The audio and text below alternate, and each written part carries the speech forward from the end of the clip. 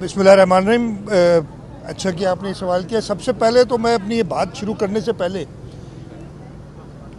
सैलाब के हवाले से चेयरमैन पाकिस्तान पीपल्स पार्टी बिलावल भुट्टो जरदारी साहब की विज़न की तारीफ़ करता हूँ। जैसे ये सैलाब आया था, चेयरमैन साहब ने कहा कि पंजाब टूर करते के बाद कि जी इमीडिएटली आप एग्रीकल्चर इमरजेंसी लगाएं और जो किसानों का नुकसान हुआ है उसका कोई हल निकालें, अदरवाइज़ आपके पास जो फूड सिक्योरिटी के प्रॉब्लम्स होंगे वो आपसे संभाले नहीं जाएंगे। चेयरमैन साहब की इस बात का मैं शुक्रगुजार हूँ। प्राइम मिनिस्टर ने एक्शन लिया और उन्होंने एग्रीकल्चर इमरजेंसी लगाई है। उन्होंने एक कमेटी भी बनाई है वफाक के लेवल पे, जो कि सूबों के भी नुमाइंदे इसमें हैं कि इसका हल निकाले। और हुकूमत सिंध ने चेयरमैन बिलावल भुट्टो जरदारी साहब की हिदायत के मुताबिक ऑलरेडी अपना एक पैकेज का खाका तैयार कर लिया और मैंने पहले भी कहा कि अगले हफ्ते इंशाल्लाह हम उसको अनवेल करेंगे कि हम कैसे सपोर्ट कर रहे हैं फार्मर्स को। चेयरमैन साहब की विजन थी, उन्होंने आज से बहुत पहले कहा कि आप एक फ्लैश अपील करें इंटरनेशनल कम्युनिटी को, यूनाइटेड नेशंस के थ्रू, कि वो मदद करें। वो भी जहाँ तक मुझे इत्तला है कल एक मीटिंग प्राइम मिनिस्टर साहब ने की है और मुझसे चीफ सेक्रेटरी साहब ने पूछा, तो मैं नहीं था मीटिंग में, चीफ सेक्रेटरी थे। उन्होंने मीटिंग के दौरान पूछा कि जी प्राइम मिनिस्टर कह रहे हैं कि हमें यूएन में अपील करनी कि हुकूमत सिंध इसको सपोर्ट करती है, तो हमने उसी वक्त कहा जी बिल्कुल सपोर्ट करते हैं। और जहाँ तक मुझे पता चला बाकी हुकूमतों ने भी उसको सपोर्ट करने की बात की, तो ये भी बिलावल भुट्टो जरदारी साहब की विजन थी। जैसे ये फ्लड आया, बारिशों का पता चला, कराची में बरसातें हुई, फिर ये जब ख़ास तौर पे चनाब के अंदर फ्लड आया और फिर रावी और सतलज के अंदर, तो हुकूमत सिंध ने अपनी तैयारी शुरू कर दी थी। और मैंने यही कहा था कि जी हमारी प्रायोरिटीज़ ये होंगी, सबसे पहले लोगों की जान बचानी है, फिर हमने अपने बराजिस को सेव करना है, तीसरा हमने अपने जो डाइक्स हैं, बंद जो होते हैं, उनको सेव करना है। अल्लाह ताला का शुक्र है जो पीक थी फ्लड की गुड्डू बराज से, वो अब रिडक्शन शुरू हो गई है। इस वक्त सक्खर बराज पे पीक है और इंशाल्लाह आज के दिन में मैं एक्सपेक्ट कर रहा हूँ कि वहाँ पे भी रिडक्शन शुरू हो जाएगी। गुड्डू से लेके सक्खर तक जो बड़े वल्नरेबल पॉइंट्स थे आपने भी सुने होंगे, के बंद, शैंक बंद, टोड़ी बंद, जो अनफॉर्चुनेटली 2010 में भी ब्रीच हुआ था। और उसके साथ साथ वहाँ पे और इश्यूज़ भी थे, लॉ एंड ऑर्डर के इश्यूज़, आप सबको पता है। डिस्पाइट ऑल दिस अल्लाह ताला का शुक्र है कि वो बंद सेफ रहे। अब पानी सक्खर से डाउन स्ट्रीम कोठरी की तरफ जा रहा है, वहाँ पे भी हमारी इरिगेशन डिपार्टमेंट, हमारी डिज़ास्टर मैनेजमेंट, हमारे इलेक्टेड नुमाइंदे, हमारे जो वज़रा जिनकी ड्यूटीज़ लगाई गई हैं, वो सब मौजूद हैं कि खैरियत से पानी आगे निकल जाए इस पूरे। और इंशाल्लाह कोठरी तक पहुँचेगा। कोठरी में आज से हफ्ता बाद तकरीबन, या हफ्ते से 10 दिन के अंदर पीक आएगी और हम काफ़ी वैसे रब के ऊपर दुआ है कि हमें कामयाब करे और ये पानी खैरियत से गुजर जाए।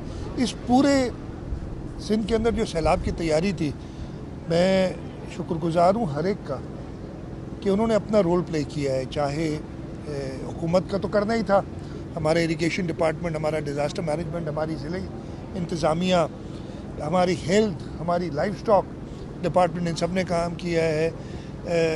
लोकल लोगों ने बेइंतहा कोऑपरेट किया है। जो हमारी हिदायत थी, हम तो इसलिए कि हमें तो कहा गया, जो प्रेडिक्शन थी कि 8 लाख से 11 लाख या उससे भी ज़्यादा क्यूसेक, 11 लाख क्यूसेक से ज़्यादा पानी आएगा, हमने उसके लिए प्रिपेयर किया था। अगेन ये मैं नहीं कह रहा कि हम कुछ भी हो जाता, तो मैं तकब्बुर करने वाला शख्स नहीं हूँ। अल्लाह ताला की मेहरबानी रही है कि ये अभी तक खैरियत से गुजरा और आगे भी उनसे अल्लाह ताला से दुआ है कि ये खैरियत से गुजरे।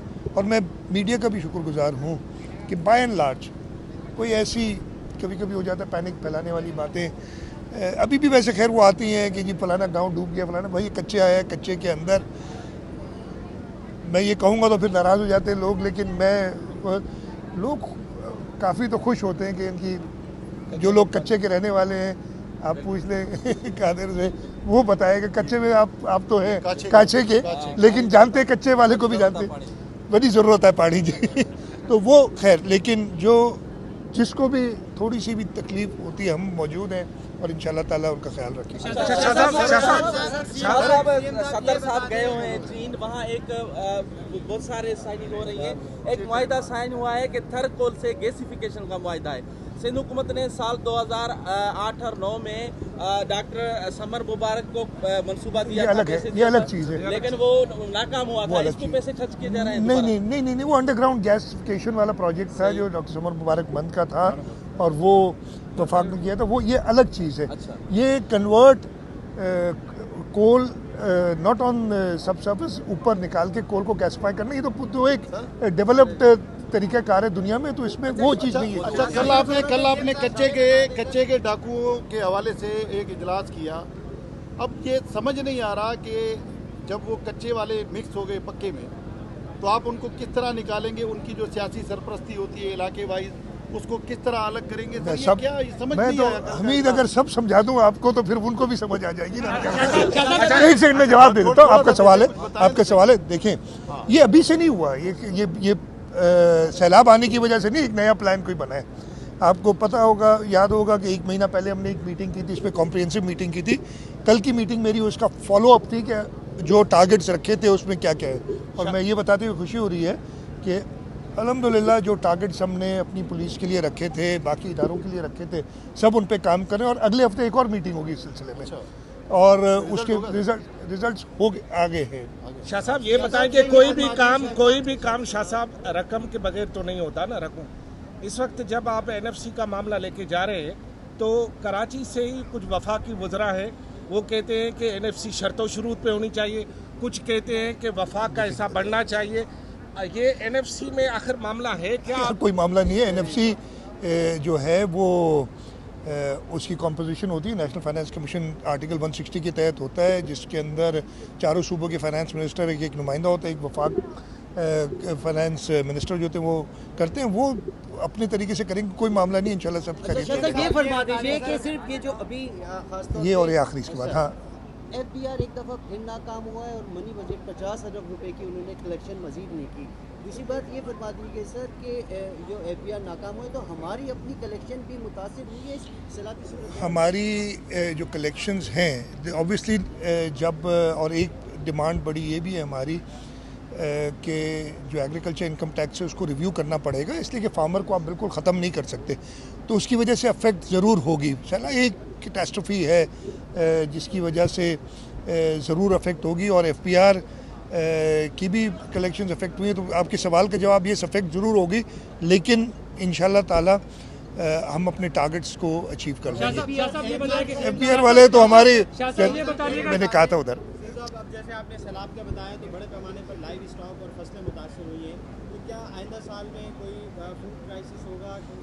यार मैंने आपको बताया ना कि अगर हमने प्रॉपर स्टेप नहीं लिए, जो चेयरमैन बिलावल भुट्टो जरदारी साहब का विजन है कि एग्रीकल्चर इमरजेंसी प्रॉपरली इम्प्लीमेंट नहीं की, तो यस क्राइसिस होगा। बहुत क्लियर बात है। हमने ख़ास तौर पे गंदम, इस वक्त हम या तो ब्रेक इवन है या शायद हमारी गंदम की कमी हो जाएगी दिसंबर जनवरी के बाद। और उसकी वजूहत क्या है? वजूहत यही कि ना हमने प्रोक्योरमेंट की, ना हमने आसरा दिया। जब एक अच्छी कीमत आप देते हैं काश्तकार को, तो आपने देखा कि हमारे पास रिकॉर्ड गंदम की पैदावार हुई। लास्ट जो सीज़न गुज़रा उसमें हमने नहीं दी, तो हमारी जो है 10-15% या 20% के करीब कम हुई है पैदावार, और आगे जाके और प्रॉब्लम होगा। यही चीज़ें, यही बिलावल साहब बता रहे हैं कि जी आप एग्रीकल्चर इमरजेंसी लगाएं और इन फार्मर्स का सोचें। ये फार्मर्स का भला नहीं है, पूरे मुल्क का भला है इसमें। आखिरी सवाल है आपसे कर लेता हूँ, आखिरी कर लेते हैं। बरसात होती है तो आप लोग शहर फसल का बहुत विजिट करते हैं, लेकिन यहाँ के आज लोगों ने शिकायत की है कि एक अरसे के बाद आज यहाँ सफाई हो रही है, गलियों का हाल शायद अगर आप गुजरे या आए हो तो आपको अंदाज़ा हो गया होगा। लोगों का ये कहना है कि यहाँ पर लोगों को अल्लाह का डर नहीं है, मुराद अली शाह का डर है, जिस तरह से आज सफाई हो रही है। इस पर आप क्या? नहीं, देखो ऐसी बातें ना करें, गलत, मेरे ख्याल आपके सवाल गलत है। मैं इसलिए कि ये तो ऐसे ना करें, ऐसे ना करें। नहीं, मेरा कोई डर नहीं है, मैं तो यार कुछ नहीं करता हूँ। अल्लाह ताला रहमतुल आलमीन है और उनका डर नहीं होता, उनकी रहमत के लिए सब दुआ मांगते हैं।